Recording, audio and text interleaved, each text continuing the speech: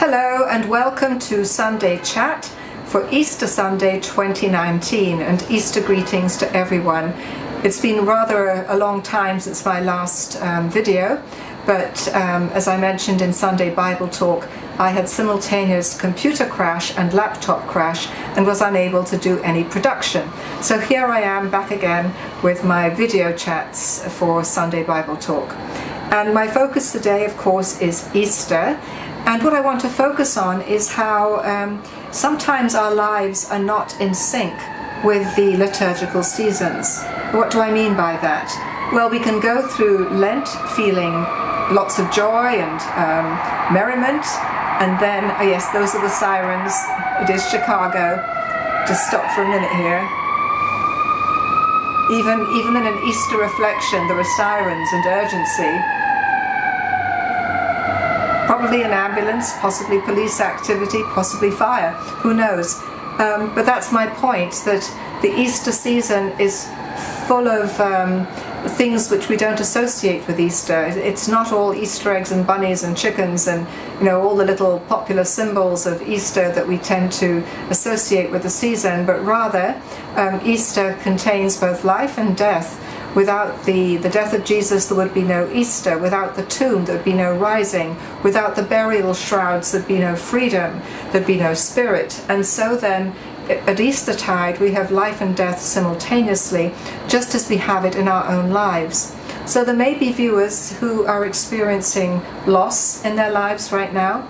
Perhaps somebody dear to you is either very ill or possibly is in danger of dying.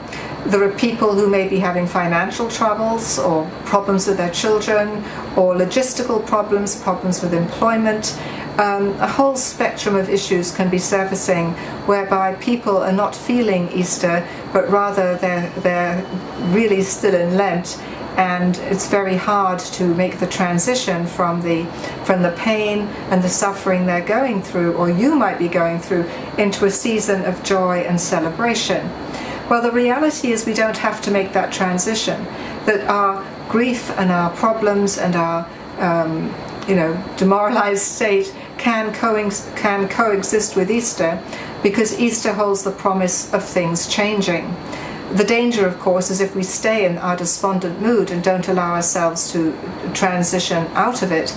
But Easter is a time then for acknowledging where our lives are not perfect, and for hoping that liberation from whatever it is that's chaining us, binding us, tying us down will come, that freedom will come, that those tombstones will roll away, that new possibilities are possible, that new opportunities will come even when we think all doors are closed, that somehow those who have gone before us haven't really left us, that somehow the illnesses we have will teach us something.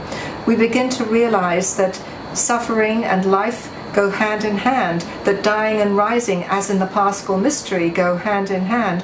We cannot have one without the other. We cannot have Easter without decay. We cannot have Easter without the tomb. We cannot have Easter without the cross. And so it is too in our own lives that we experience times of disconnection, or times that are sort of out of sync with the Easter spirit. And yet, rather than wonder what's wrong with ourselves, what we need to do is to look to Easter as a time then of all things being called to become a new creation. And that is the grace of Easter, that the old ways have passed away, that new ways are possible, and that with the grace of God we can move beyond whatever it is holding us in the tomb. That like Lazarus, we can burst from the tomb, unwrap our bindings, or be untied by others, and then experience life in this lifetime and not just in the afterlife. We need to be set free from the tomb just as surely as Lazarus stepped out. We need to burst from the tomb as surely as Jesus burst from the tomb, bringing all of us with him into a place of light and grace. So many years ago, when I was writing for Living Faith, I wrote an Easter prayer, which I'd like to share with you. Written in 1993. It's just about the whole idea of Easter being a time of unbinding and releasing. And so it goes like this. Lord, in the glory of your rising, you bring all things to newness.